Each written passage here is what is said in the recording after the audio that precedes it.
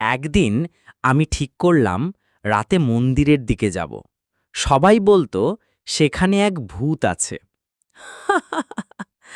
তুমি কি জানো আমি সেই ভূত যাকে সবাই ভয় পায়? হ্যাঁ, জানি, কিন্তু তুমি কেন এখানে আছো? কেন সবাই তোমাকে ভয় পায়? আমি অনেক আগে এই মন্দিরে একটা পবিত্র কাজ করতে এসেছিলাম, কিন্তু আমি ভুলবশত একটা ত্রুটি করে ফেলি। আমাকে এখানে আটকে রাখা হয়েছে।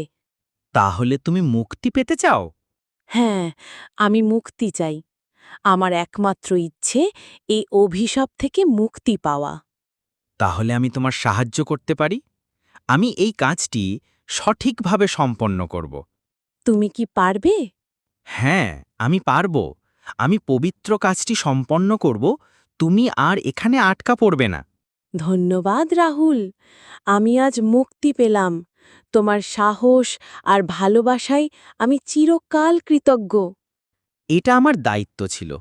এখন তুমি মুক্ত, আর গ্রামও শান্তি পেয়েছে।